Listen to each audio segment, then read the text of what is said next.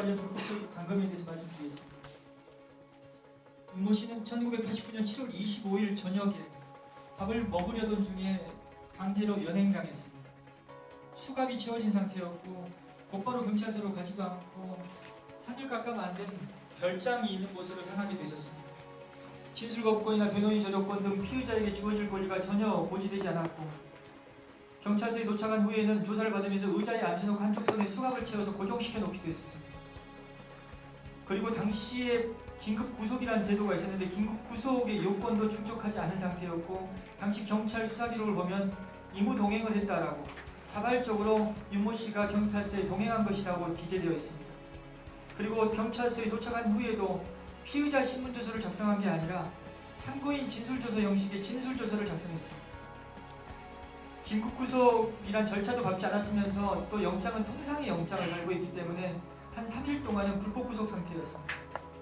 이런 전반의 위법을 재심 청구인 본인의 진술 그리고 당시의 연행 과정에서 함께 있었던 용기계 수리센터 사장 부부가 진술하고 있습니다.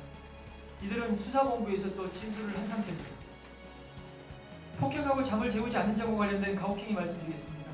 알려진 바와 같이 쪼그려뜨기 시키고 앉았다 일어섰다 시켰습니다.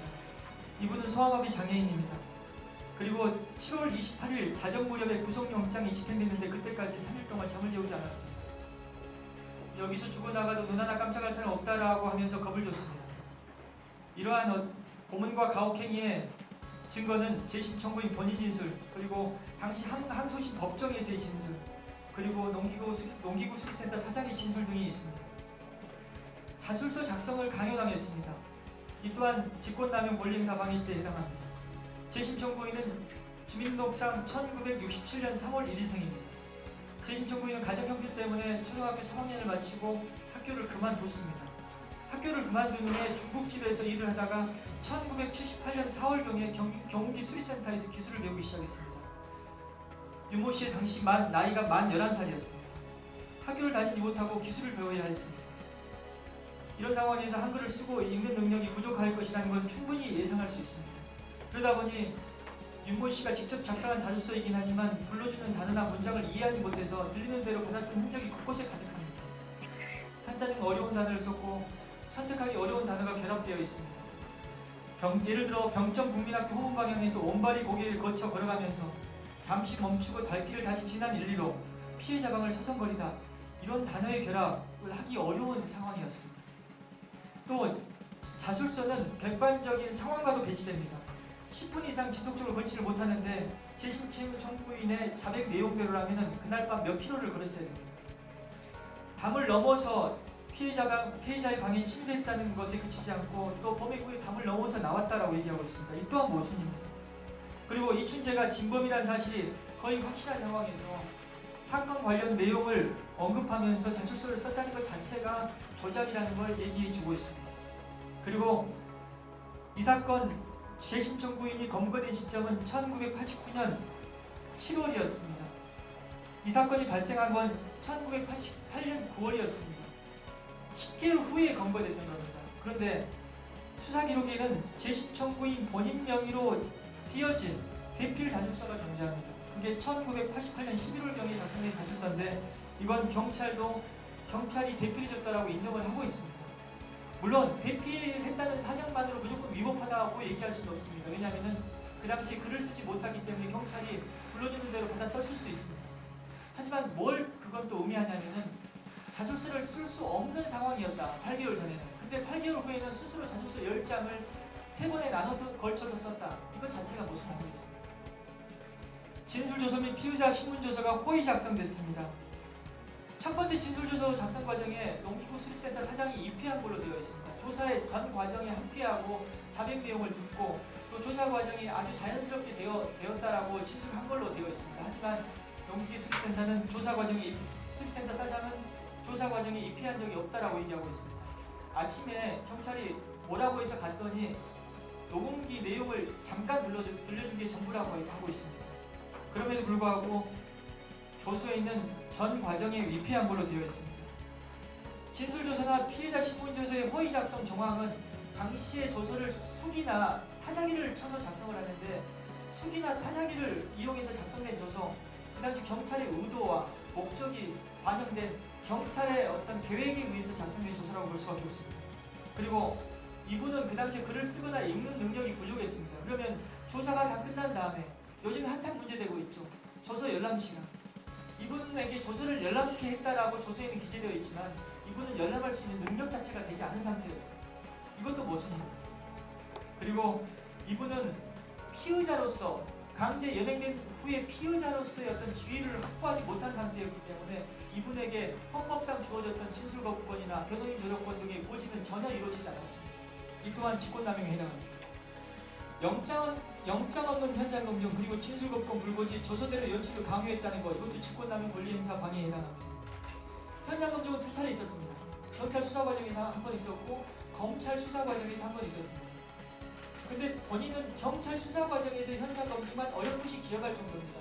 검찰 수사 과정에서 현장 검증을 했다는 사실 자체를 기억하지 못하고 있다가 최근에 수사본부에서 조사를 받는 과정에서 검찰 수사 과정에 촬영된 사진을 보고 그냥 본인임을 확인한 정도입니다. 이 2차례 현장 검증 2분 다 영장이 없었던 것 같습니다. 경찰 수사 과정에서 현장 검증은 영장이 없었다는 사실은 분명히 확인되는 사실입니다. 현장 검증 과정에서 여러 가지 문답이 있었음에도 불구하고 이때도 진술거부권 전혀 고치되지 않았습니다. 그리고 현장 검증 조서를 보면은 윤모 씨가 자연스럽게 범행을 재현한 걸로 기재되어 있지만 범인이 아니면 재현을 사실상 자연스럽게 한다는 건 불가능합니다. 이 또한 강요나 지시에 의한 재현이라고 볼 수밖에 없습니다. 또 담장을 넘었다는 게 쟁점이 되고 있는데 물론 경찰이 넘겨줘서 넘었을 수도 있습니다. 하지만 이분 스스로 자발적으로 담장을 넘기는 어렵습니다. 그런데 담장을 넘었다면은 그 당시 그 담장 넘는 광경을 사진을 촬영해가지고 조서에 첨부하는 게 너무나 자연스러운데 정작 담장을 넘는 의미 있는 장면, 예를 들어서 담장 꼭대기에 상체가 걸쳐 있거나 다리를 걸치고 있는 그런 장면은 전혀 촬영되어 있지 않습니다. 한 가지 특이한 사정을 발견했습니다. 현장 검증 과정에서 담장이 무너졌습니다. 5단 제일 마지막 윗부분이 무너졌다라고 기록이 나와 있는데 현장 검증을 재현하는 과정에서 무너진 걸로 보여집니다.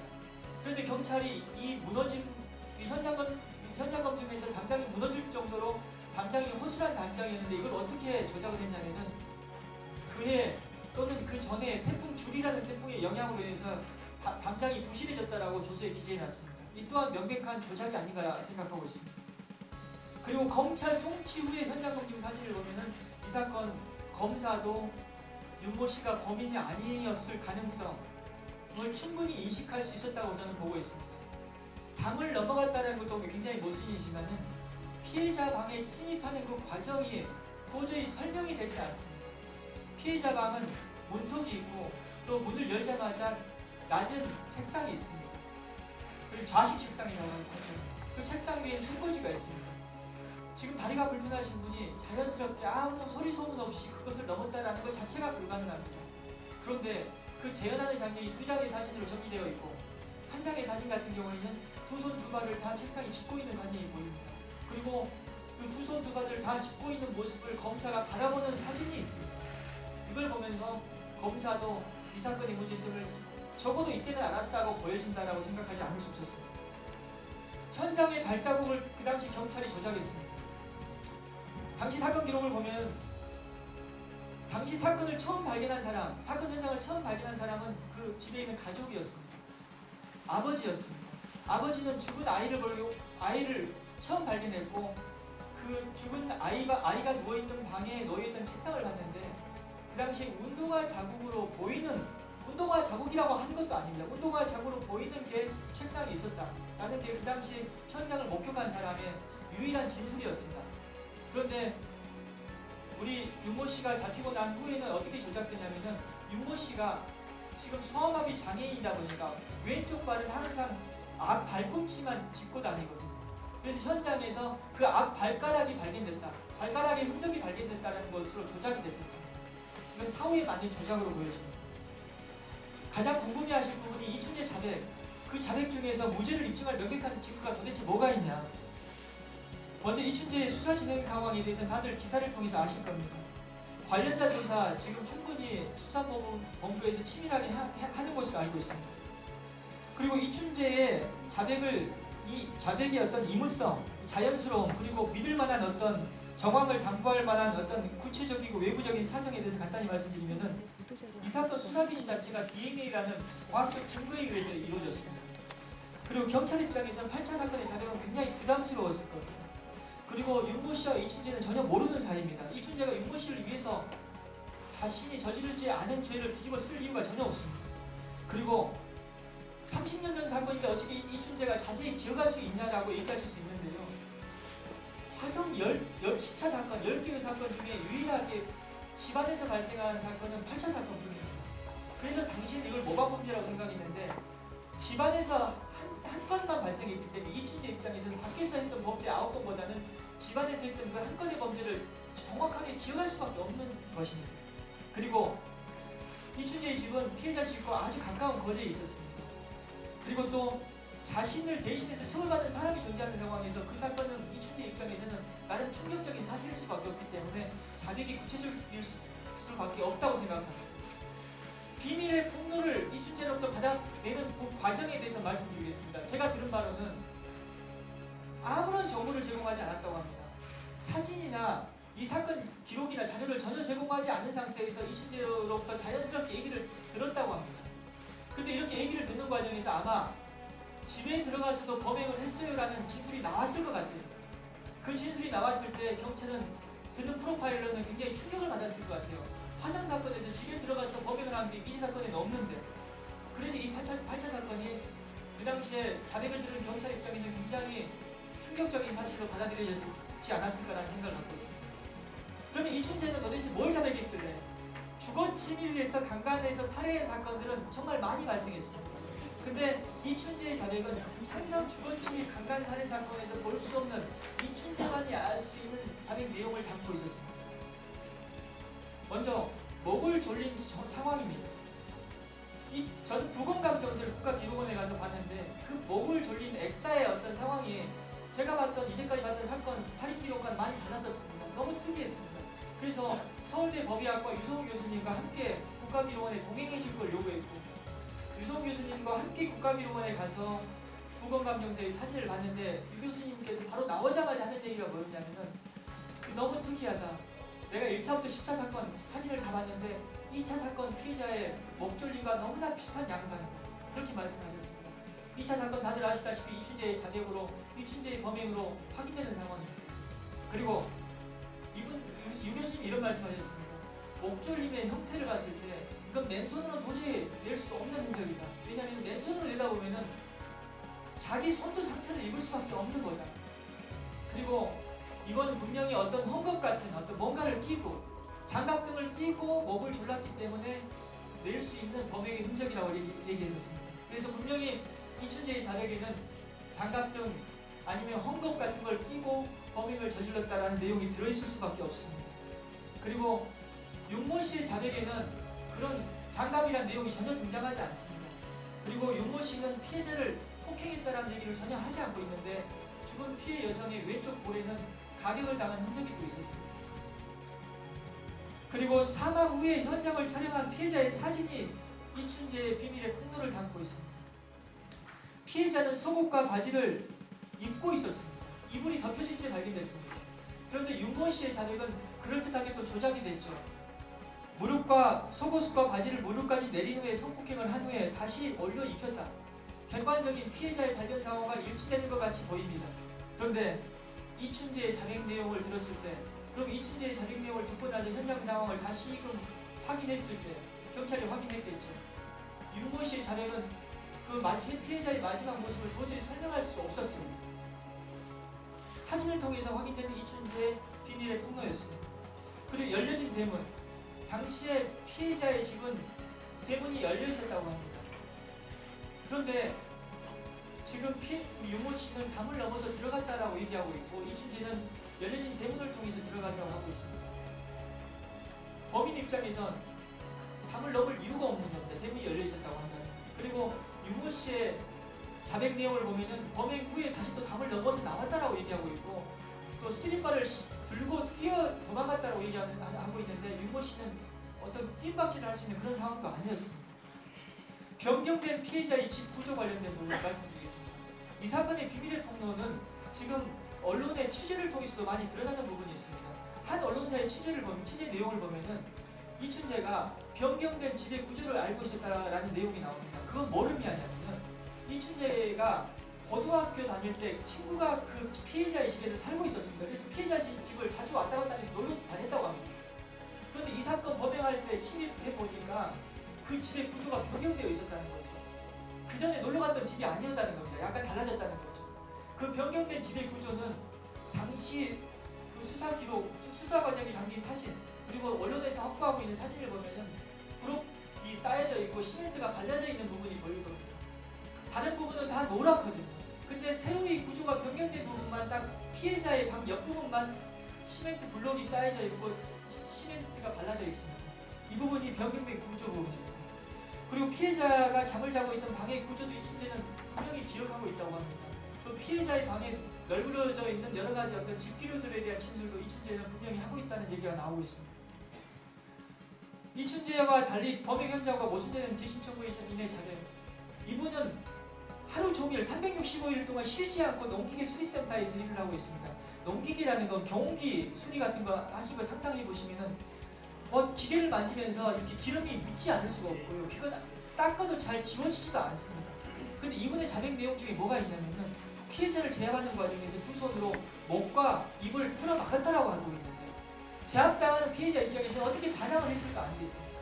그렇다면 피해자의 입이나 목에, 피해자의 어떤 몸에, 의복에 기름 흔적이라도 남아있는 게 정상입니다. 그래 기름때 흔적도 전혀 남아있지 않다는 것 자체가 이춘재의 자백과 이춘재의 자백은 신빙성 있고 재심청구인의 자백은 모순이 있다라는 걸 얘기해주고 있습니다. 다들 취약한 과학적 근거에 의해서 당시 감정서가 단정적으로 작성됐다는 것 사실은 다들 알고 계실 것 같습니다.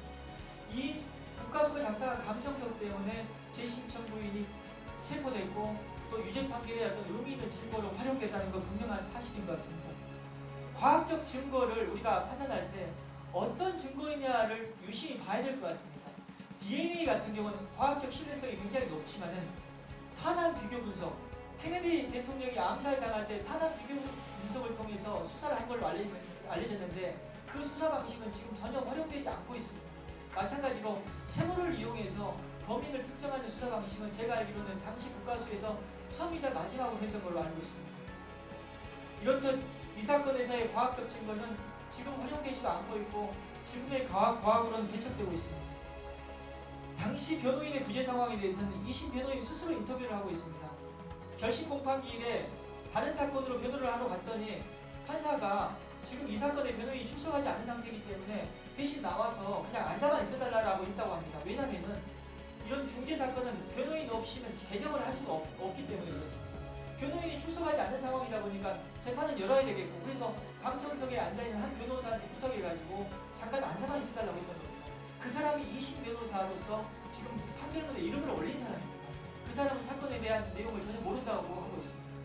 그러면 그 직전 변호사는 도대체 뭘 했냐? 그 직전 변호사는 초범이니까 반성해달라고 항소유서를 제출했는데 그 당시 윤모 씨는 범행을 부인하는 항소유서를 같이 제출했습니다.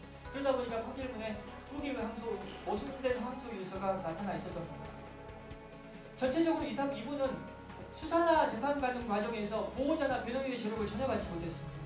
수사 과정은 위법했고 재판은 부실했습니다. 이런 것도 재심 사유를 판단하는 과정에서 고려돼야 될 사정이라고 생각합니다. 너무 제 얘기가 길어졌는데요. 마지막에 궁금해하실 절차 진행에 대한 의견을 말씀드리겠습니다. 먼저 이 사건 원고 기록은 폐기됐습니다. 무기징역이 확정된 사건도 20년 이상 기록을 보존하지 않습니다. 이 기록은 폐기됐는데 참 우연한 사정으로 경찰이 수사 기록 중 검찰 수사 기록이 아닌 경찰 수사 기록만 보존하고 있습니다. 그거는 검찰 수사 기록을 보존하지 못한 이유가 또 있습니다. 그것은 또 제가 여기서 밝히기 어려운 사정입니다. 그 기록 보존된 상황을 봤을 때 참 이건 하늘이 준 기회구나라는 생각을 하지 않을 수 있었습니다. 그러면 이렇게 기록이 부족하지만 기록을 또 복원해야 하기 때문에 저희는 국가기록원에 피해자의 부검감정서, 또 청주교도소의 당시 구속영장이나 공소장 등의 어떤 송구촉탁, 그 당시 그곳에 보관하고 있는 기록의 송구촉탁을 신청하려고 합니다. 그리고 경기 남부지방경찰청에 이 사건 수사기록뿐만 아니라 8차 사건과 관련된 이춘재 수사기록, 그리고 영상, 이춘재의 자백은 영상으로 남겨진 걸로 알고 있습니다. 이 영상까지 전부 이 사건 재판부에 보내달라는 요청을 재심 청구와 동시에 하려고 합니다. 그리고 이춘재 법정이 반드시 불러야 된다고 생각합니다. 그리고 이춘재뿐만 아니라 이 사건 수사 잘못했던 당시 경찰들도 그리고 검사도 다 이 사건 법정에 세워야 된다고 생각합니다. 그래서 이춘재로부터 정말 비밀의 폭로가 뭔지를 직접 듣는 자리를 이 사건 법정에서 마련하고자 합니다. 그리고 경찰이 지금 수사에 소극적인데 법정에서 만약에 본인들이 고문하지 않았다고 한다면 그들의 어떤 증언을 위증으로 고소할 생각도 하고 있습니다. 그리고 전문가들의 증언도 법정에서 듣도록 하겠습니다. 이렇게 재심 사유에 대해서 설명했습니다. 인터넷에 떠돌아다니는 수많은 뉴스 기사. 아직도 포털에서 일일이 검색하세요? 이제 뉴스통에서 터치 한 번으로 손쉽게 확인하세요. 최근 내가 구독한 기사를 분석해 오늘의 기사를 추천하는 개인 맞춤형 AI 뉴스. 나만의 공간인 뉴스북에서 콘텐츠를 편집하고 이용자와도 활발한 소통이 가능합니다. 사진과 영상 자유롭게 이동하고 언론사 기자들이 실시간으로 업로드하는 동영상도 확인해보세요.